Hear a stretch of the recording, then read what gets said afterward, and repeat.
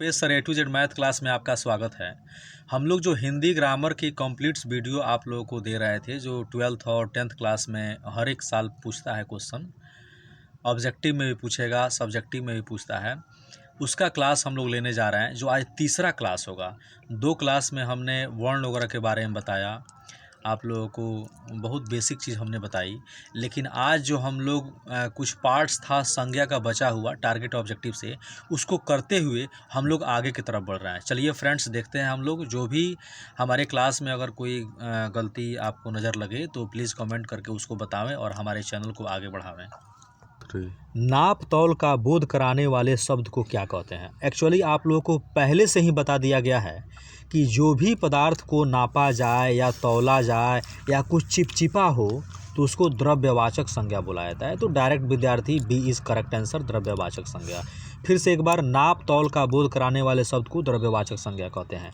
निम्नलिखित शब्दों में से द्रव्यवाचक संज्ञा नहीं है। देखिए कितना शानदार क्वेश्चन आपसे पूछा गया है कि द्रव्यवाचक संज्ञा नहीं है। तो अब तो आपको मालूम है कि जो नापी जाए, तौली जाए या कुछ चिपचिपा पदार्थ हो तो वह द्रव्यवाचक संज्ञा है। तो इसलिए यहाँ पर जो होगा हम लोग देखेंगे कौन द्रव्यवाचक संज्ञा नहीं है। तो नहीं है के बारे में पूछ रहा है तो सोना, सोना देखिए नापा तौला जाता है, ये तो द्रव्यवाचक है। चांदी भी नापा तौला जाएगा, द्रव्यवाचक है। चलिए तेल भी नापा तौला जाएगा, द्रव्यवाचक है। अब देखिए आटा के बारे में बात कर रहा है। आटा, आटा क्या है? अभी द्रव्यवाचक संज्ञा नहीं है। इसमें कुछ आप लोग कन्फ्यूजन नज़र आ रहा है।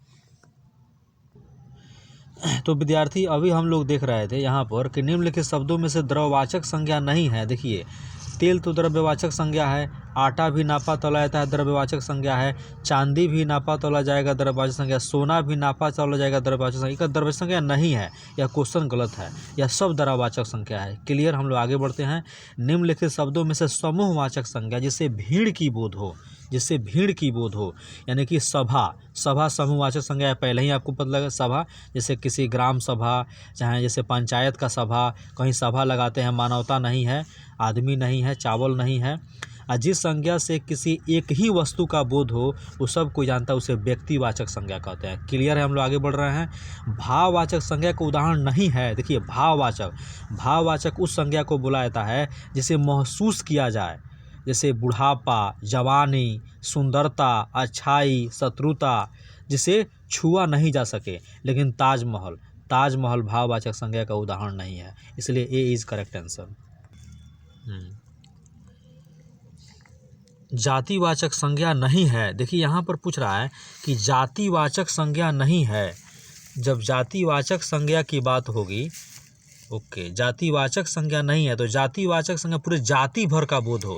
जैसे पुस्तक जातिवाचक संज्ञा है, पशु में भी सारा पशु आ जाएगा जातिवाचक संज्ञा, मकान में भी सब मकान जातिवाचक संज्ञा है। लेकिन आगरा किसी एक विशेष नाम का बोध बता रहा है जो व्यक्तिवाचक है, इसीलिए आगरा जातिवाचक संज्ञा नहीं है। चलिए आप लोगों को समझ में आ गया होगा। आगरा, आगरा, ताजमहल, ये सब व्यक्तिवाचक संज्ञा है। संज्ञा का उदाहरण नहीं है। अच्छा देखो फ्रेंड्स, कह रहा है संज्ञा का उदाहरण नहीं है। कौन ऐसा चीज़ है? हवा, सुंदरी, मानव, पटना, जो कह रहा है संज्ञा का उदाहरण नहीं है। देखिए हवा नहीं, वह है। देखिए सुंदरी तो है, संज्ञा है, मानव भी संज्ञा है, पटना भी संज्ञा है, वह संज्ञा का उदाहरण नहीं है, वह संज्ञा का उदाहरण नहीं है। पूछिए वह क्या है? तो वह हम लोग आगे बताएंगे कि वह क्या होता है। जो संज्ञा के बदले में आता है उसे सर्वनाम कहते हैं। वह फ्रेंड सर्वनाम है। जैसे हम कह दिए राम, राम को वह से सूचित कर सकते हैं। क्लियर हो गया होगा बाबू। सुंदरी, मानव, पटना ये संज्ञा है, लेकिन वह सर्वनाम है, इसीलिए कौन कह रहा है संज्ञा का उदाहरण नहीं है? तो वह ए इज़ करेक्ट आंसर। हम आगे बढ़ते हैं। स्त्रीत्व किस संज्ञा का उदाहरण है? स्त्रीत्व बात है भाववाचक संज्ञा, जिसको छुआ नहीं जाए, जिसको महसूस किया जाए। फ्रेंड्स महसूस किया जाए, स्त्रीत्व को महसूस करते हैं कि यह स्त्री में ऐसी गुण होती है, स्त्रीत्व कहलाती है। पुरुषों में गुण को पुरुषत्व बोला जाता है, इसलिए स्त्रीत्व भाववाचक संज्ञा। फ्रेंड्स आगे बढ़ते हैं। बुढ़ापा, बुढ़ापा अभी देखिए बुढ़ापा भाववाचक डायरेक्ट, बुढ़ापा, जवानी, ये सब भाववाचक संज्ञा है। फ्रेंड्स हिंदी में शब्दों का लिंग निर्धारण होता है, हिंदी में शब्दों का लिंग निर्धारण होता है, हिंदी में शब्दों का लिंग संज्ञा के द्वारा होता है। लिंग निर्धारण किसके द्वारा होता है? संज्ञा के द्वारा होता है। चलिए भाववाचक संज्ञा नहीं है। देखिए बताए थे ना, जिसको महसूस किया जाए, जैसे लड़ाई, मिठाई, चतुराई, उतराई। देखिए लड़ाई भाववाचक संज्ञा है, चतुराई भाव उतराई है, लेकिन मिठाई नहीं है। मिठाई मिठास भाववाचक संज्ञा होता है, जिसको महसूस किया जाए, लेकिन मिठाई भाव संज्ञा नहीं है। कोई पूछेगा मिठास रहता, खटास रहता, ये भाववाचक संज्ञा है। मिठाई तो किसी मीठा चीज़ का नाम है, इसलिए फ्रेंड्स यह भाववाचक संज्ञा नहीं है। चलिए हम लोग आगे बढ़ते हैं। व्यक्तिवाचक संज्ञा है, व्यक्तिवाचक, जिससे किसी एक व्यक्ति, किसी खास व्यक्ति का बोध हो। गाय तो पूरे जाति का बोध होता है, गाय से जातिवाचक।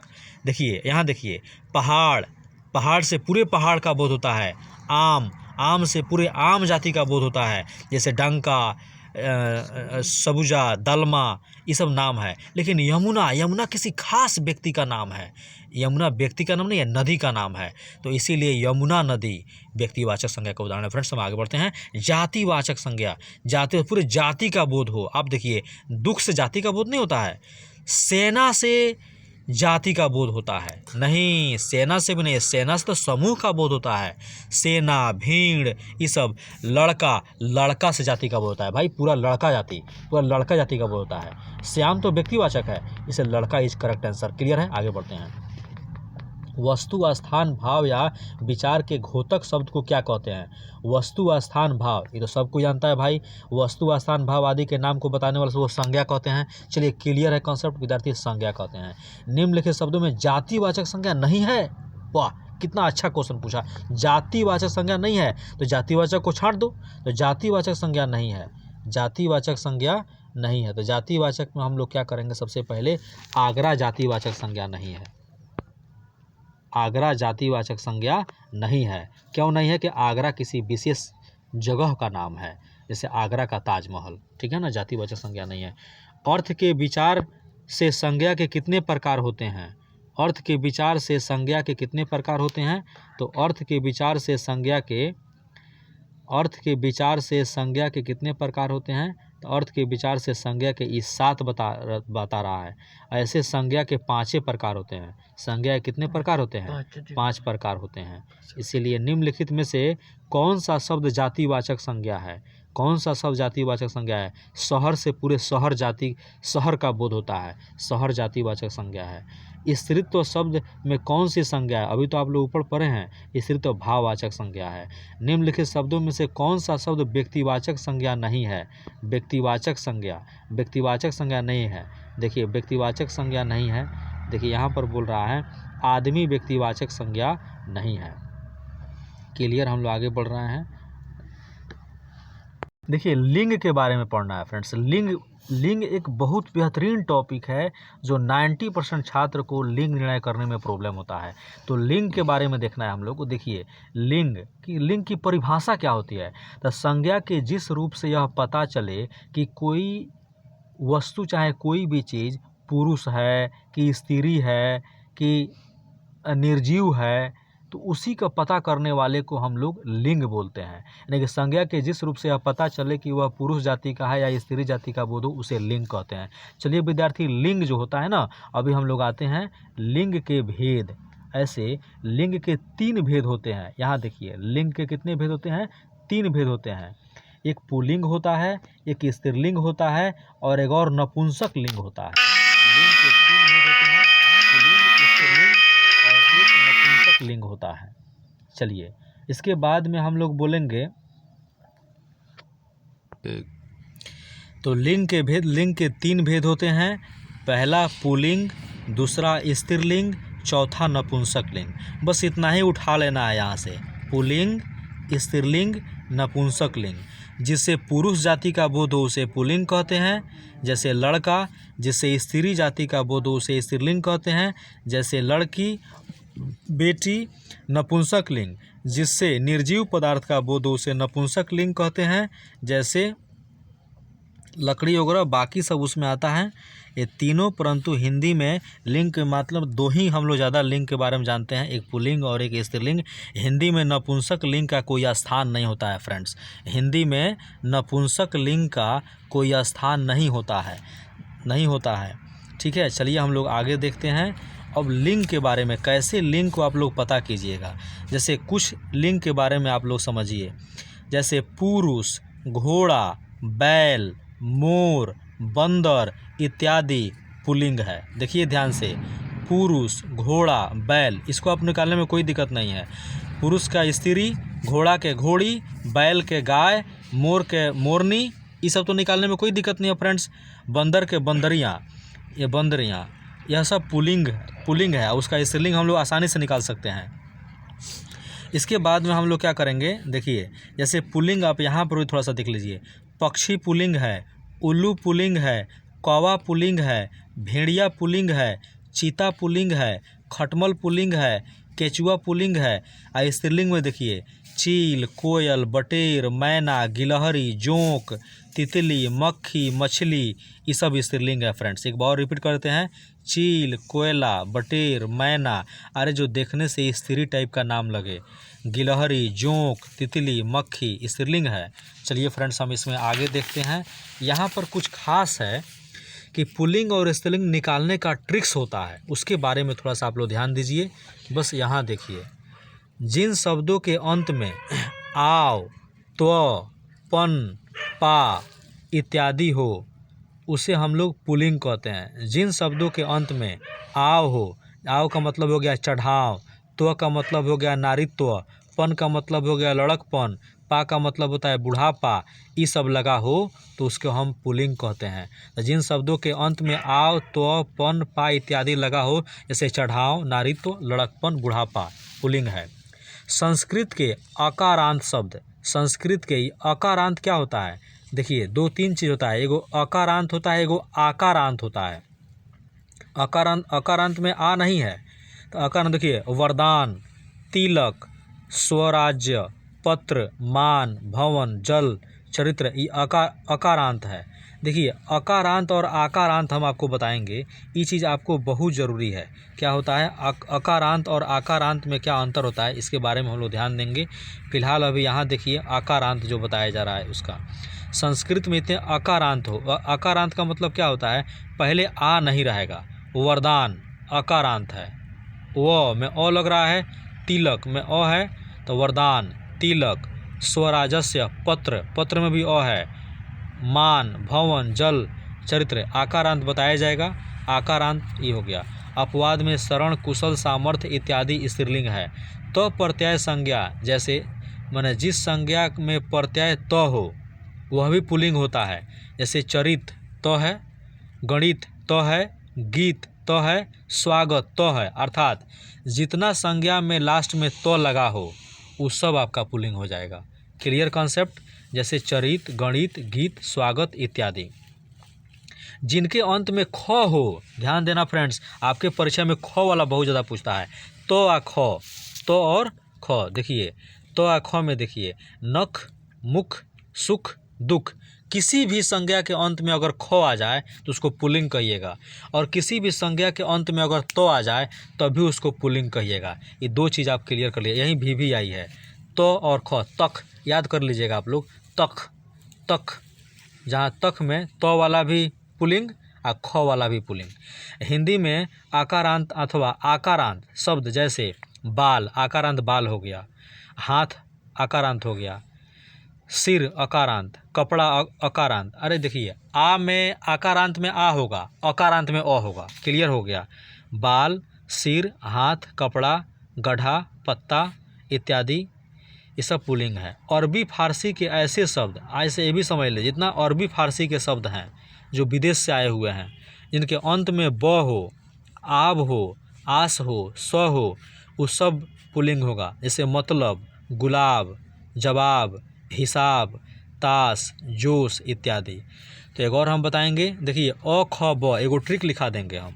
देखिए एगो बहुत अच्छा, तो ख ब, करदा, जिसके अंत में तो हो वो भी पुल्लिंग, जिसके अंत में ख हो वो भी पुल्लिंग, और जिसके अंत में ब हो वो भी पुल्लिंग। गर्दा विद्यार्थी आप लोग घबराए ना, आप लोग को ट्रिक मिलेगा, आप लोग एकदम इत्मीनान से वीडियो को देखते रहें। तखब्स, तखब्स, तखब्स भी उर्दू शब्द खनी आ रहा है ना, तखब्स जिसके अंत में तो, ख, ब, स रहे पुल्लिंग हो जाएगा। अभी ट्रिक निकालते चलेंगे। तखब्स। चलिए इसके बाद में आता है अब कहीं कहीं अपवाद में एगो चीज़ ध्यान रखिएगा, एगो तलब नहीं होगा, तरकीब नहीं होगा, शराब नहीं होगा, किताब नहीं होगा, ये सब स्त्रीलिंग हो गया। तलब, तरकीब, शराब, किताब स्त्रीलिंग हो गया।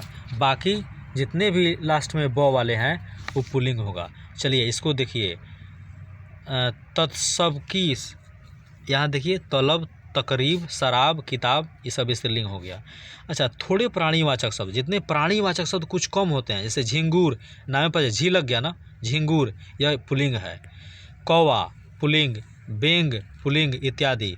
सर्प, बिच्छू आदि स्त्रीलिंग है। ध्यान दीजिएगा, यह सब देखिएगा, सांप आपका जो है ना स्त्रीलिंग है, बिच्छू भी स्त्रीलिंग है, लेकिन कौन कौन पुल्लिंग है? झिंगूर, कौआ, बेंगा, बेंगा, ये सब पुल्लिंग है।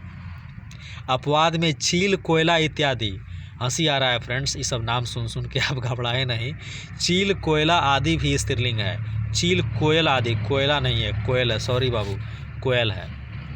अच्छा, एक चीज़ मेन यहाँ देखिएगा, अन्न, अन्न के शब्द, जितना अन्न आ जाए वो पुल्लिंग है। अब तो बहुत अच्छा आप लोगों को समझ में आ गया जी। चना, गेहूँ, चावल, धान, बाजरा इत्यादि, अन्न वाला सारा पुल्लिंग कह देना। तखबस याद रखना, तखबस, तो से जिसके भी अंत में तो आ जाए पुल्लिंग, ख आ जाए पुल्लिंग, बो आ जाए पुल्लिंग, सो आ जाए, तखबस पुल्लिंग हो गया। चलिए ट्रिक याद रखना, अन्न के सारा गेहूँ, चावल, दाल, आटा, ये सब हो गया आपका पुल्लिंग। अपवाद में खेसारी, सरसों, अरहर, मूंग, ये सब स्त्रीलिंग है। खेसारी नामे से पता चल रहा है, ई है लास्ट में। सरसों स्त्री खने लग रहा है, अरहर स्त्री, मूंग स्त्री, इसलिए स्त्रीलिंग है।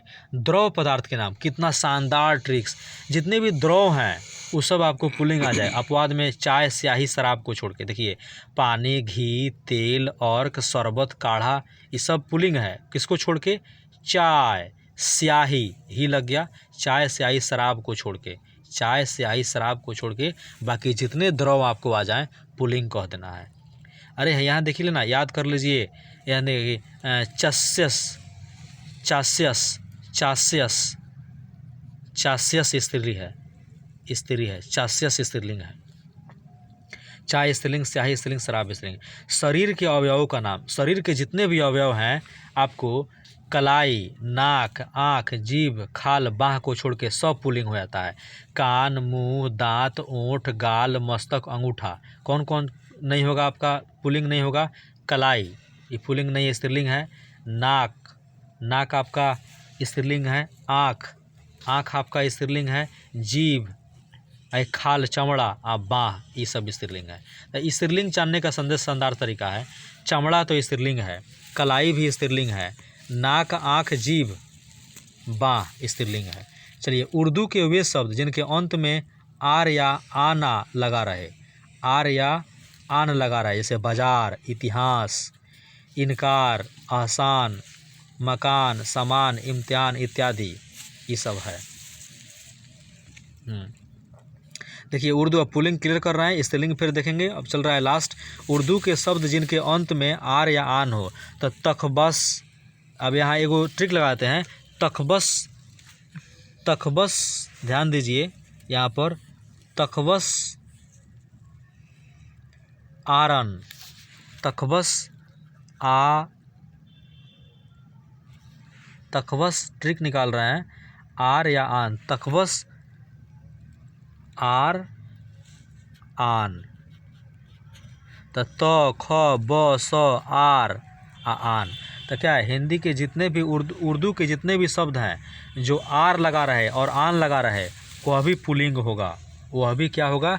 पुल्लिंग होगा। तखबस आर आन, तखबस आर आन, यह सब पुल्लिंग आएगा।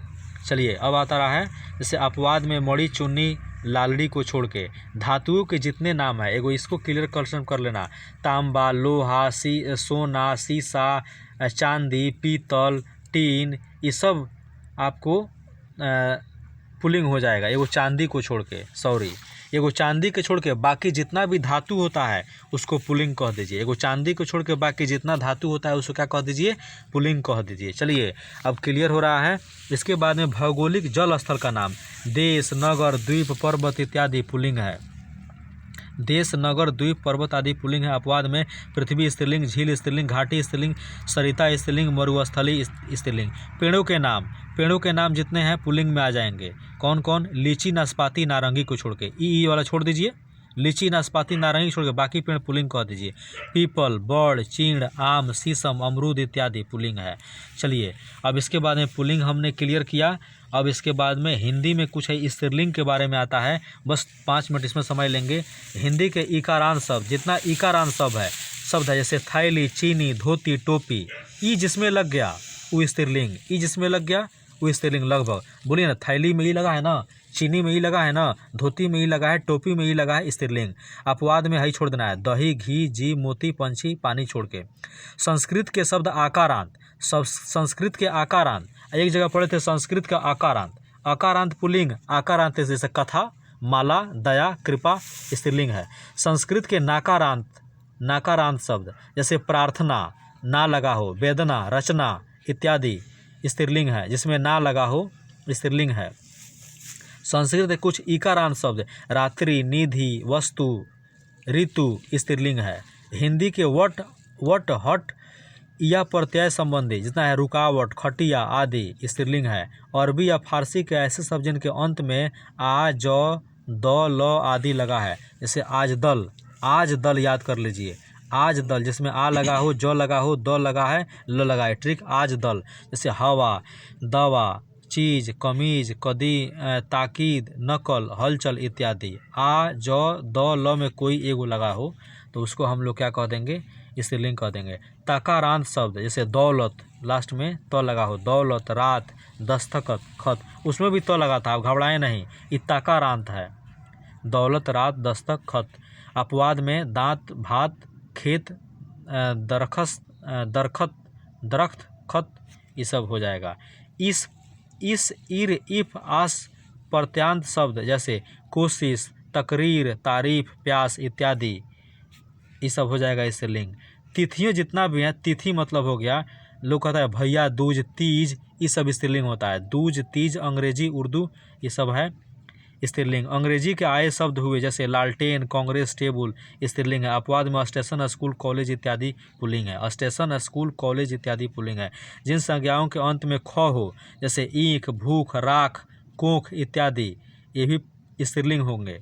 यहाँ भी ख था लेकिन लगभग पुल्लिंग होता है, कुछ स्त्रीलिंग होता है। अपवाद में पाँख, रुख छोड़ के। जिन भाववाची संज्ञाओं के अंत में ट, वट, हट रहे, सजावट, घबराहट, इसमें भी कुछ स्त्रीलिंग होता है। नदिया का नाम जितना है स्त्रीलिंग होगा, गंगा, यमुना, रावी, झेलम इत्यादि। जैसे सोन नदी को छोड़ के, एगो सोन को छोड़ के बाकी सब स्त्रीलिंग हो जाएगा नदी का नाम। बनिए की दुकान की चीज़ें, लौंग, इलायची, मिर्च, दालचीनी, हल्दी, ये सब स्त्रीलिंग है। क्लियर है? अपवाद धनिया, जीरा, गरम मसाला, नमक, तेजपात को छोड़ के, धनिया, जीरा, नमक, तेजपात को छोड़ के। खाने पाने की चीज़ जैसे कचौड़ी, पूड़ी, खीर, दाल, पकौड़ी, रोटी, चपाई, तरकारी, सब खिचड़ी, ये सब स्त्रीलिंग है। चलिए फ्रेंड्स, क्लियर हो गया। अब इसका क्वेश्चन आंसर हम लोग नेक्स्ट क्लास में करेंगे। प्लीज़ आप लोग हमारे साथ बने रहें और हमारे वीडियो को लाइक करें, शेयर करें। आप लोग नेक्स्ट वीडियो ज़रूर देखें, जिसका पार्ट जो नेक्स्ट करके आएगा 4 पार्ट्स होगा, उसमें एक ऑब्जेक्टिव टारगेट का कर दिया जाएगा।